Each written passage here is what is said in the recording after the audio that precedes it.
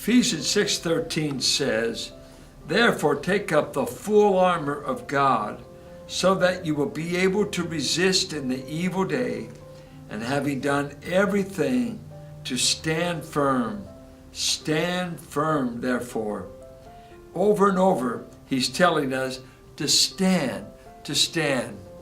The issue that is raised sometimes when you think about it, there are some places in the Bible that we're told to flee, but in this battle, we're told to stand.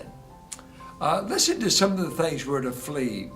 1 Corinthians 6, the Corinthians lived in one of the most immoral cities of ancient Greece. It was the place you went to sin, the place to be immoral. And yet he tells them, flee immorality. Get away from it. Don't try to negotiate. Flee it. Stay out of Corinth. Stay away from the temple of Aphrodite. Don't hang around where there's prostitution and immoral behavior. And he says to young Timothy in Ephesus, flee those lusts associated with youth. And primarily, I would think they would be sexual lust, but lust connected with young lives, all those things. He tells us in 1 Timothy 6 to flee the love of money. Don't love money. Of course, we all need money, but he's saying flee the idolatry of loving money. He said in 1 Corinthians 10, flee idolatry. Don't hang around idolatry. Don't go to the idol's temple. You get a verse like Colossians 3:5 that we're to beware of covetousness, which is idolatry. The lust for more, can't get enough. I want more. And so we are definitely told some things to flee. Flee the immoral life. Flee those that are trying to make you a materialist and to make you sell out for $1. Flee those enemies. But this battle, when we come into this battle, we're standing our ground and the enemy comes to knock us over, to get us to run, to get us to flee. I don't know where you are right now in your spiritual life, but you might be under the temptation to flee. Like the disciples on the night Christ was betrayed, the night he was to be taken and crucified. The pressure is on us. Flee this man. Get away from Christ.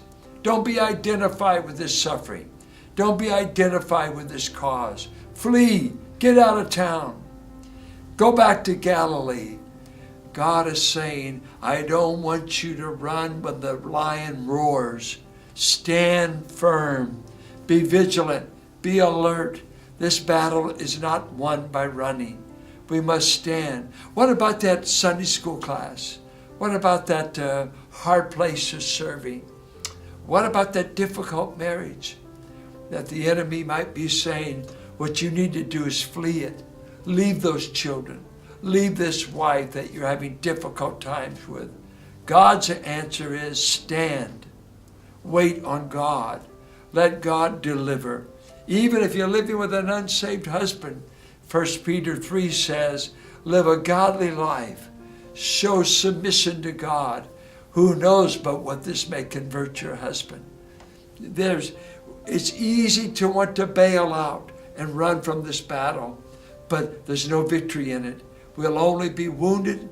We'll only bleed to death, as it were. Stand and watch God do the delivering. Know when to run. Know when to flee. Know when to stand. And that takes discernment. Some battles will never be won by fleeing. You just remain at your post until the Lord delivers. Other battles, I take this realm of sexual temptation. It's not won by just standing over a Playboy magazine and asking God to deliver you. No, God would say, flee it. Get away from it. Don't see if you'll yield. Assume that you will. You're built for a certain amount of lust. If you're just normal, you flee those things that trigger that lust. Get away from it, knowing that you're temptable, knowing how vulnerable you are apart from God's help. So let's stand when it comes to Satan and his attacks. Stand in God's power. Stand in God's wardrobe. But let us flee those other things that we can flee that brings deliverance. Stand in God's power. Flee from the lust that would destroy us.